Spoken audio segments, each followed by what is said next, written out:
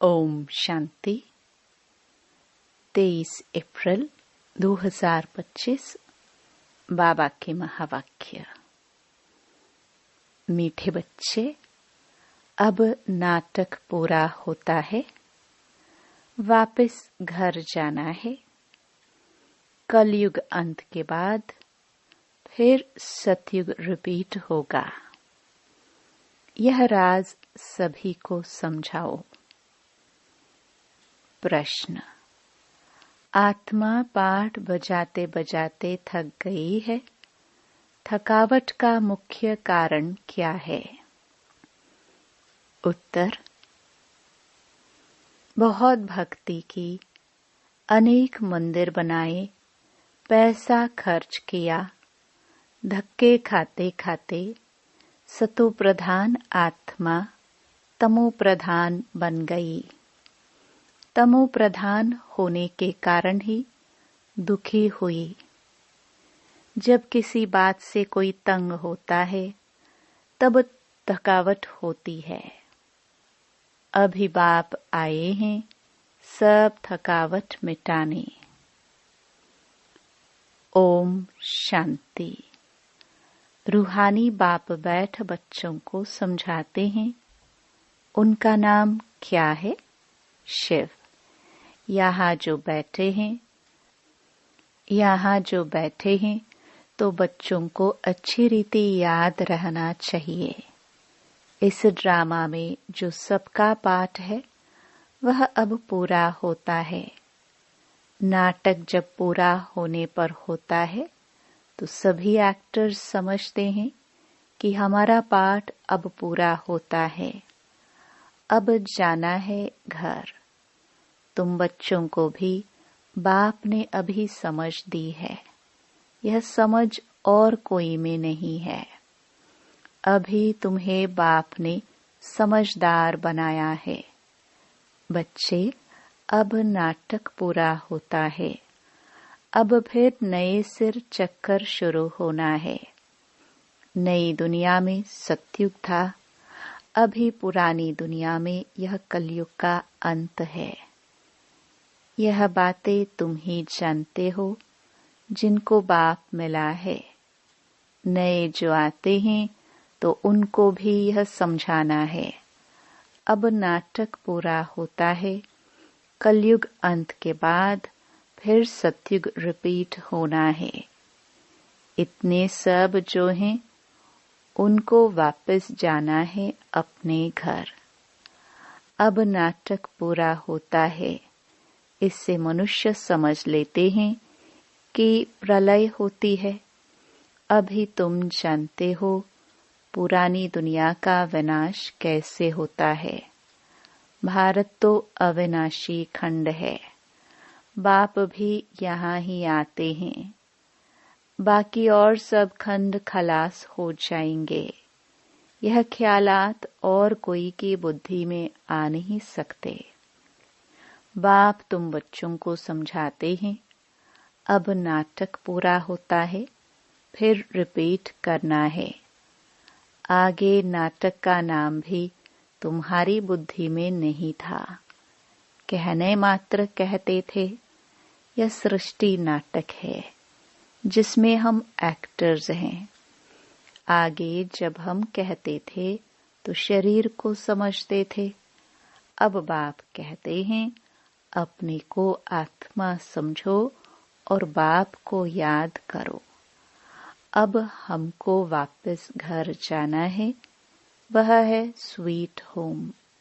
उस निराकारी दुनिया में हम आत्माएं रहती हैं। यह ज्ञान कोई भी मनुष्य मात्र में नहीं है। अभी तुम संगम पर हो। जानते हो अभी हमको वापस जाना है। पुरानी दुनिया खत्म हो तो भक्ति भी खत्म हो। पहले पहले कौन आते हैं, कैसे यह धर्म नंबरवार आते हैं, यह बातें कोई शास्त्रों में नहीं है। यह बाप नई बातें समझाते हैं। यह और कोई समझा न सके। बाप भी एक ही बार आकर समझाते हैं। ज्ञान सागर बाप आते ही एक बार हैं, जबकि नई दुनिया की स्थापना, पुरानी दुनिया का विनाश करना है। बाप की याद के साथ यह चक्कर भी बुद्धि में रहना चाहिए। अब नाटक पूरा होता है, हम जाते हैं घर। पाठ बजाते बजाते हम थक गए हैं, पैसा भी खर्च किया। भक्ति करते करते हम सतो प्रधान से तमो प्रधान बन गए हैं। दुनिया ही पुरानी हो गई है। नाटक पुराना कहेंगे? नहीं, नाटक तो कभी पुराना नहीं होता। नाटक तो नित्य नया है, यह चलता ही रहता है। बाकी दुनिया पुरानी होती है, हम एक्टर्स तमो प्रधान दुखी हो जाते हैं, थक जाते हैं। सत्युग में थोड़े थकेंगे। कोई बात में थकने व तंग होने की बात नहीं। यहाँ भी अनेक प्रकार की तंगी देखनी पड़ती है। तुम जानते हो, यह पुरानी दुनिया खत्म होनी है। संबंधी आदि कुछ भी याद नहीं आनी चाहिए। एक बाप को ही याद करना चाहिए, जिससे विकर्म विनाश होते हैं। विकर्म विनाश होने का और कोई उपाय नहीं है। गीता में भी मन मनाभव अक्षर है, परंतु अर्थ कोई समझ ना सके।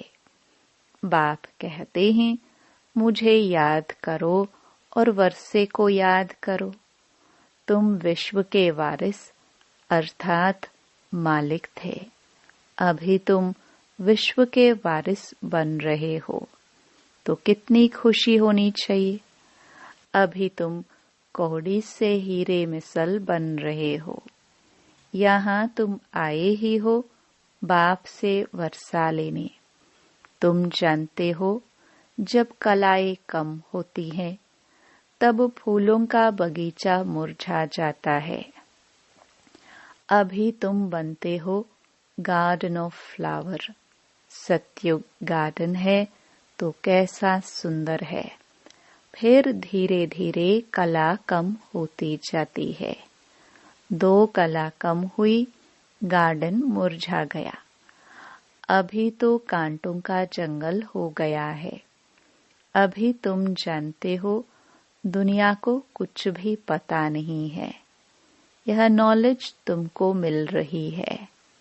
यह है नई दुनिया के लिए नई नॉलेज। नई दुनिया स्थापन होती है। करने वाला है बाप। सृष्टि का रचयिता बाप है। याद भी बाप को ही करते हैं कि आकर हेवन रचो, सुखधाम रचो, तो जरूर दुखधाम का विनाश होगा ना। बाबा रोज रोज समझाते रहते हैं, उसको धारण कर फिर समझाना है। पहले पहले तो मुख्य बात समझानी है, हमारा बाप कौन है, जिससे वर्षा पाना है। भक्ति मार्ग में भी गॉड फादर को याद करते हैं कि हमारे दुख हरो, सुख दो। तो तुम बच्चों की बुद्धि में भी स्मृति रहनी चाहिए। स्कूल में स्टूडेंट्स की बुद्धि में नॉलेज रहती है, न कि घर बार। स्टूडेंट लाइफ में धंधे धोरी की बात रहती नहीं, स्टडी ही याद रहती है। यहाँ तो फिर कर्म करते, गृहस्थ व्यवहार में रहते बाप कहते हैं यह स्टडी करो। ऐसे नहीं कहते कि सन्यासियों के मुआफिक घर बार छोड़ो। यह है ही राजयोग, यह प्रवृत्ति मार्ग है। सन्यासियों को भी तुम कह सकते हो कि तुम्हारा है हठ योग, तुम घर बार छोड़ते हो। यहाँ वह बात नहीं है। यह दुनिया ही कैसी गंदी है, क्या लगा पड़ा है। गरीब आदि कैसे रहे पड़े हैं, देखने से ही नफरत आती है। बाहर से जो विजिटर आदि आते हैं तो उन्हों को तो अच्छे अच्छे स्थान दिखाते हैं। गरीब आदि कैसे गंद में रहे पड़े हैं वह थोड़े दिखाते हैं। यह तो है ही नरक, परंतु उनमें भी फर्क तो बहुत है ना। साहूकार लोग कहाँ रहते हैं, गरीब कहाँ रहते हैं, कर्मों का हिसाब है ना। सतयुग में ऐसी गंदगी हो नहीं सकती। वहां भी फर्क तो रहता है ना। कोई सोने के महल बनाएंगे, कोई चांदी के, कोई ईंटों के। यहाँ तो कितने खंड हैं। एक यूरोप खंड ही कितना बड़ा है। वहां तो सिर्फ हम ही होंगे। यह भी बुद्धि में रहे तो हर्षितमुख अवस्था हो। स्टूडेंट की बुद्धि में स्टडी ही याद रहती है। बाप और वर्षा यह तो समझाया है, बाकी थोड़ा समय है। वह तो कह देते लाखों हजारों वर्ष।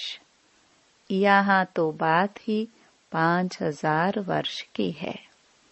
तुम बच्चे समझ सकते हो। अभी हमारे राजधानी की स्थापना हो रही है।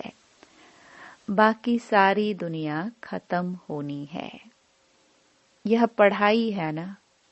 बुद्धि में यह याद रहे हम स्टूडेंट हैं, हमको भगवान पढ़ाते हैं, तो भी कितनी खुशी रहे।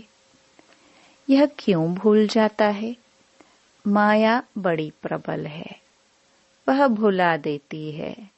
स्कूल में हम स्टूडेंट्स पढ़ रहे हैं, सभी जानते हैं कि हमको भगवान पढ़ाते हैं। वहाँ तो अनेक प्रकार की विद्या पढ़ाई जाती है, अनेक टीचर्स होते हैं। यहाँ तो एक ही टीचर है, एक ही स्टडी है। बाकी नायब टीचर्स तो जरूर चाहिए। स्कूल है एक, बाकी सब ब्रांचेस है। पढ़ाने वाला एक बाप है। बाप आकर सभी को सुख देते हैं। तुम जानते हो आधा कल्प हम सुखी रहेंगे, तो यह भी खुशी रहनी चाहिए। शिव बाबा हमको पढ़ाते हैं। शिव बाबा रचना रचते ही हैं स्वर्ग की। हम स्वर्ग का मालिक बनने लिए पढ़ते हैं। कितनी खुशी अंदर में रहनी चाहिए। वह स्टूडेंट भी खाते पीते सब कुछ, घर का काम आदि करते हैं।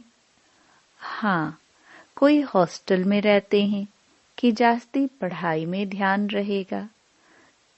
सर्विस करने के लिए बच्चियां बाहर में रहती हैं।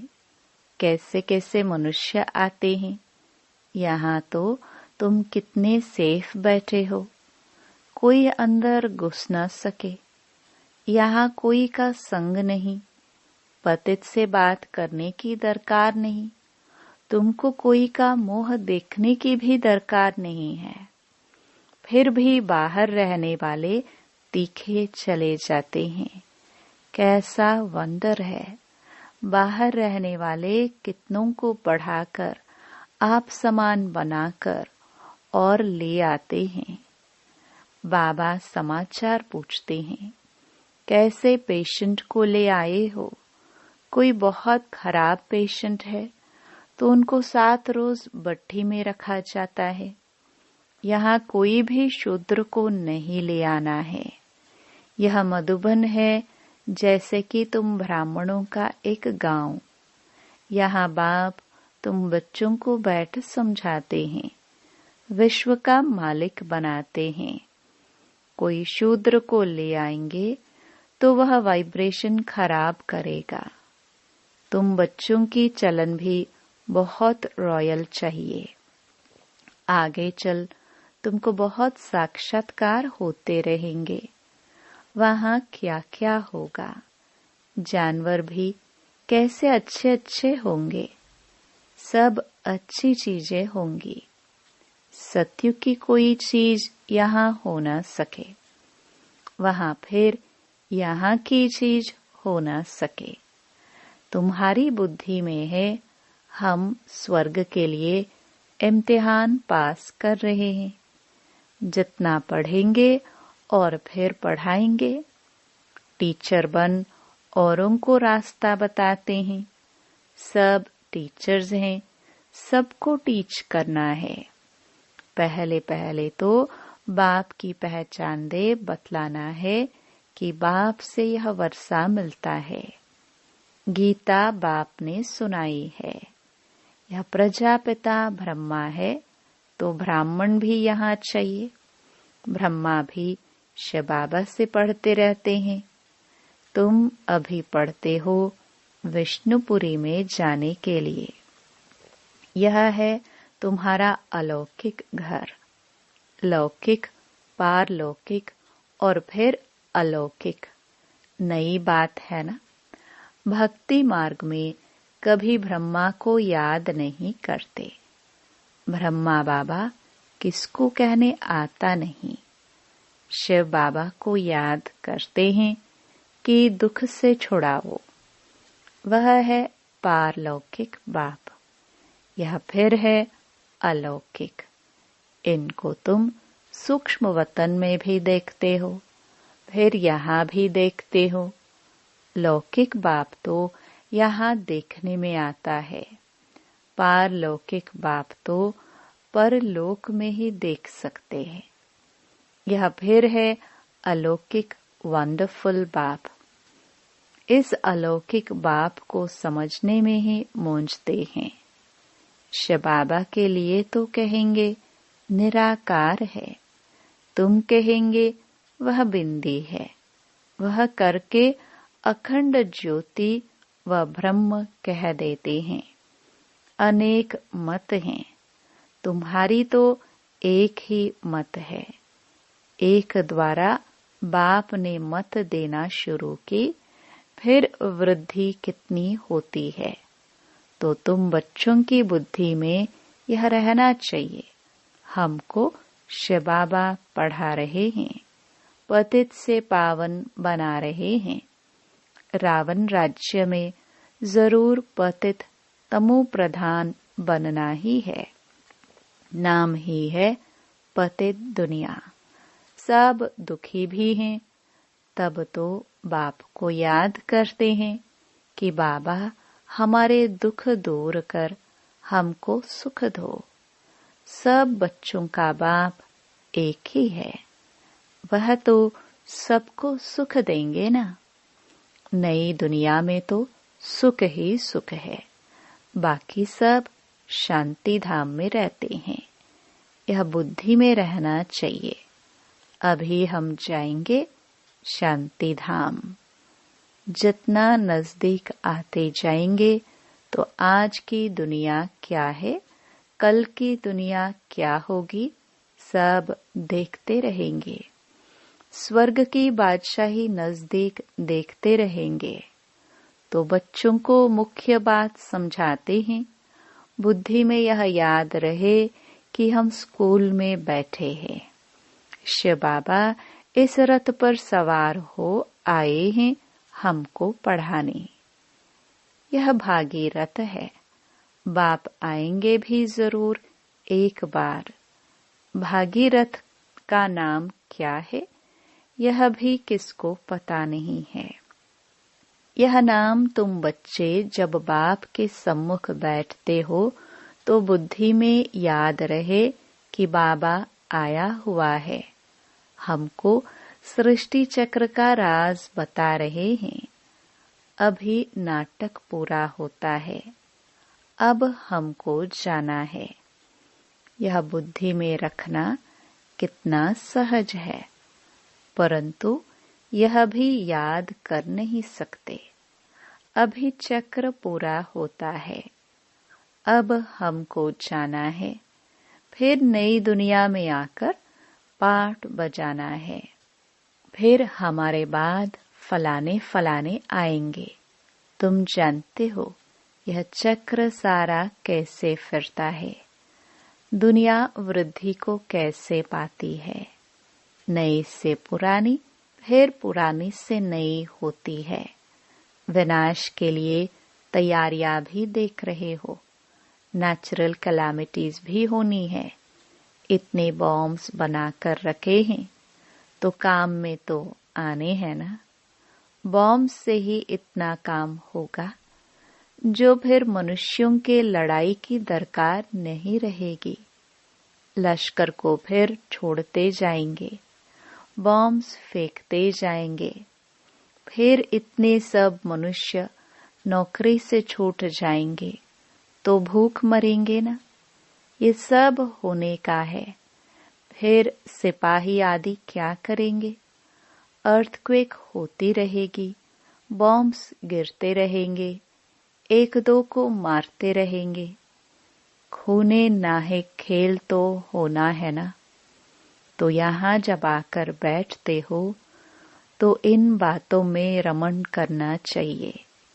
शांति धाम, सुख धाम को याद करते रहो। दिल से पूछो, हमको क्या याद पड़ता है?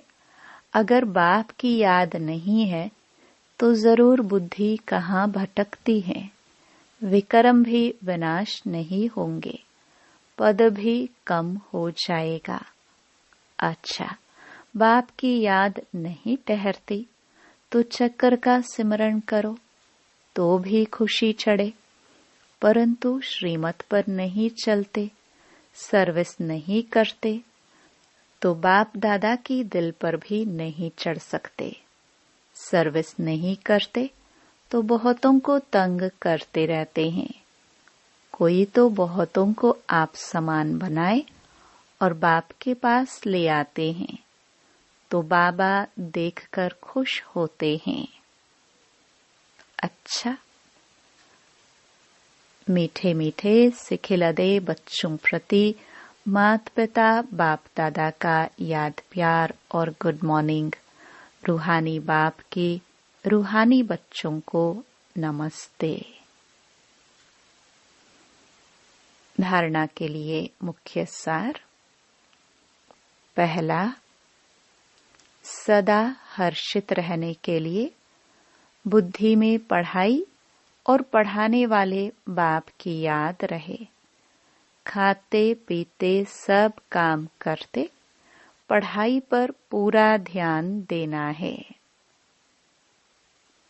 दूसरा,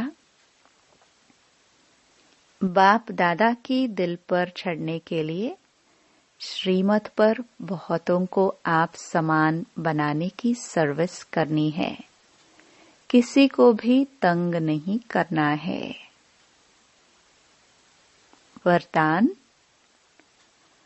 अशरीरीपन के इंजेक्शन द्वारा मन को कंट्रोल करने वाले एकाग्रचित भव। जैसे आजकल अगर कोई कंट्रोल में नहीं आता है, बहुत तंग करता है, उछलता है या पागल हो जाता है, तो उनको ऐसा इंजेक्शन लगा देते हैं जो वह शांत हो जाए। ऐसे अगर संकल्प शक्ति आपके कंट्रोल में नहीं आती तो अशरीरीपन का इंजेक्शन लगा दो। फिर संकल्प शक्ति व्यर्थ नहीं उछलेगी, सहज एकाग्रचित हो जाएंगे। लेकिन यदि बुद्धि की लगाम बाप को देकर फिर ले लेते हो तो मन व्यर्थ की मेहनत में डाल देता है। अब व्यर्थ की मेहनत से छूट जाओ। स्लोगन, अपने पूर्वज स्वरूप को स्मृति में रख सर्व आत्माओं पर रहम करो। अव्यक्त इशारे कंबाइंड रूप की स्मृति से सदा विजयी बनो। जैसे शरीर और आत्मा दोनों कंबाइंड होकर कर्म कर रही हैं, ऐसे कर्म और योग दोनों कंबाइंड हो। कर्म करते याद न भूले और याद में रहते कर्म न भूले, क्योंकि आपका टाइटल ही है कर्म योगी। कर्म करते याद में रहने वाले सदा न्यारे और प्यारे होंगे, हल्के होंगे। नॉलेजफुल के साथ साथ पावरफुल स्टेज पर रहो। नॉलेजफुल और पावरफुल यह दोनों स्टेज कंबाइंड हो, तब स्थापना का कार्य तीव्र गति से होगा। ओम शांति।